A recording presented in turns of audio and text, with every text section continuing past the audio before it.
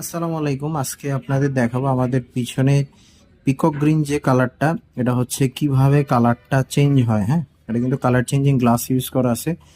তো আমি দেখাবো আপনাদের যে কিভাবে এটা পিছনে কালারটা চেঞ্জ হয়, বা আপনি যে কোনো কিছুর আকৃতি যদি এটার উপরে ধরেন এটা কিন্তু অটোমেটিক্যালি নিয়ে নেয়। এটাই দেখাবো আজকে।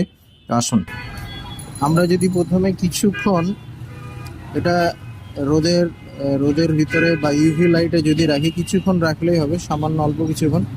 কারণ রাখার পরে আমি যদি এটা ভিতরে নিয়ে যাই, আমি কিন্তু এটার উপরে একটা প্রজাপতির আকৃতি ধরছি। এখন আমি যদি এটাকে সরাই ফেলি, দেখেন, ওয়াও ওয়াও, টোটালি ডিফারেন্ট। মানে টোটালি ওইটার যে ইয়েটা আছে, এটা হচ্ছে পিছনে ব্যাকশেলের উপর এটা লেগে গেছে। The industry first time